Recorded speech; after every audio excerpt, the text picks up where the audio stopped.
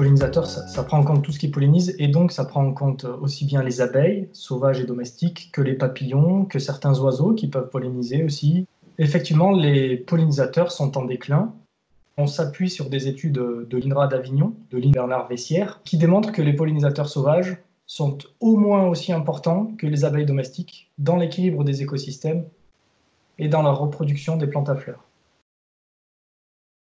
Mais les premiers résultats, c'est qu'on compte en France 990 espèces d'abeilles sauvages qui sont complètement passées sous silence. On s'aperçoit que ces abeilles sauvages font un travail de pollinisation bien plus important que l'abeille domestique. D'où l'intérêt de préserver tous les pollinisateurs. Tout ce qu'ils ont en commun, c'est qu'ils se nourrissent pour l'essentiel de nectar. Et donc si on favorise les prairies fleuries, on favorise les sources de nourriture. Les prairies fleuries sont plus un garde-manger qu'un refuge.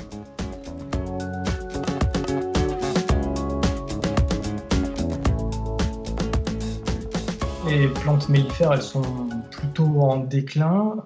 Ça s'explique par tout un tas de raisons. Et les principales, c'est la destruction des habitats et c'est l'uniformisation des habitats. C'est-à-dire qu'on ne laisse plus fleurir, par exemple, les plantes sauvages qui sont dans les talus, dans les fossés, sur le bord des routes. Et une autre explication, c'est qu'on accepte de moins en moins d'avoir des mauvaises herbes, entre guillemets, ce qu'on appelle plus communément des adventices, dans les cultures. Et donc, on utilise des herbicides pour les détruire. Et donc, c'est autant de moins pour nourrir les pollinisateurs. Donc, à la campagne, l'intérêt de mettre en place des prairies fleuries, c'est de garantir une source de nourriture tout au long de la saison, c'est-à-dire du printemps jusqu'à la fin de l'automne. En ville, c'est différent. C'est tout simplement qu'il n'y a pas suffisamment de floraison pour nourrir les pollinisateurs.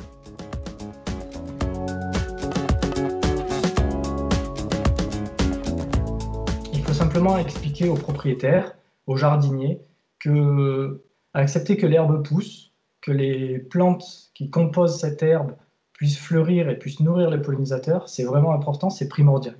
Si on veut aller plus loin, il y a remettre en place des prairies fleuries, c'est très efficace, mais il y a aussi diversifier les habitats. Avoir un tas de pierres sèches dans un coin du jardin, c'est très intéressant pour certaines abeilles. Avoir une bordure avec quelques bois morts, quelques branches mortes, c'est aussi très intéressant pour d'autres espèces d'abeilles. Et c'est comme ça, c'est en diversifiant le paysage qu'on va créer une mosaïque de milieux, une mosaïque d'habitats qui seront favorables à une très grande diversité d'espèces. J'ai travaillé avec plusieurs communes ces dernières années qui se sont investies en faveur des pollinisateurs. Donc il y a des communes qui ont choisi, sur un terrain qui n'était pas valorisé, de créer de toutes pièces un verger, et un verger conservatoire de variétés anciennes en plus, donc c'est d'autant plus intéressant, et ainsi de fournir aux pollinisateurs des floraisons d'arbres fruitiers au cours de la saison. D'autres communes m'ont demandé de réfléchir avec elles sur une nouvelle gestion des espaces verts. Où est-ce qu'on accepte que l'herbe pousse un peu plus, puisse fleurir, et où est-ce qu'au contraire on se doit de la tondre régulièrement. Il y a des communes qui ont également fait le choix d'installer dans les parcs, dans les jardins, sur des places, des hôtels à insectes, dans lesquels on trouve soit de la paille, soit des pierres. Et ça contribue à diversifier les habitats proposés aux pollinisateurs.